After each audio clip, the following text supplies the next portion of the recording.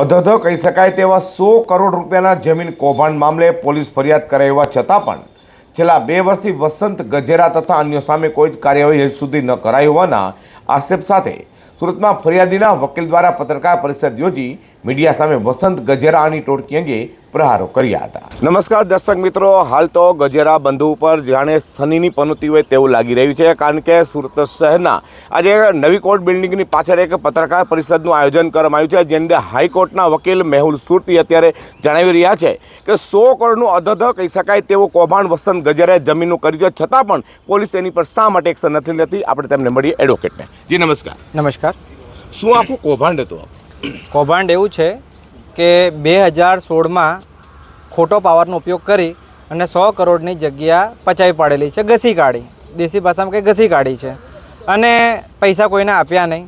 હવે કોઈપણ સામાન્ય માણસને વસંત ગજેરા સુધી પહોંચવું હોય તો એ અશક્ય બાબત છે, જેના આધારે અમે પોલીસ પાસે ગયા, કમિશનર સાહેબ પાસે ગયા અને હાઈકોર્ટ સુધી ગયા, પણ અમને ક્યાંય ન્યાય મળ્યો નહીં।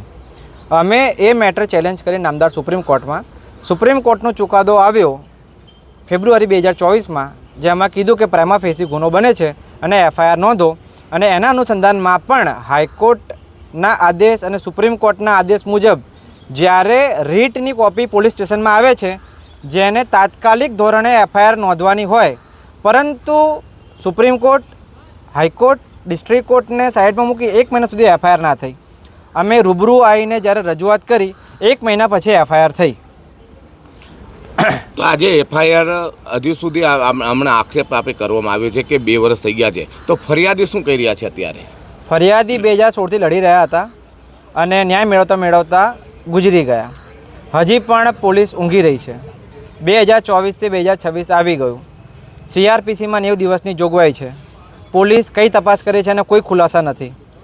2 વર્ષના સમયગાળામાં પોલીસે શું તપાસ કરી? વસંત ગજેરાને અરેસ્ટ કરવામાં કેટલો ટાઈમ લાગશે એના કોઈ ખુલાસા નથી।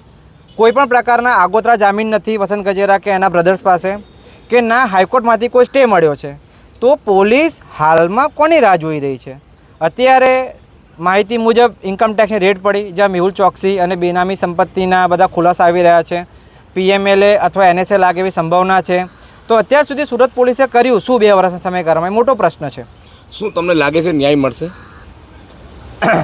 હવે એવું છે કે ઇન્કમટેક્સ અને ઈડીને મારે થેન્ક યુ કહેવું પડશે કે કદાચ હવે સુરતની પોલીસ હવે જાગી હશે અને આના અનુસંધાને હવે ગજેરા 10 અરેસ્ટ થશે એવું મને લાગે છે, નહીં તો આ મેટર અમે પાછા સુપ્રીમ કોર્ટ લઈ જશું।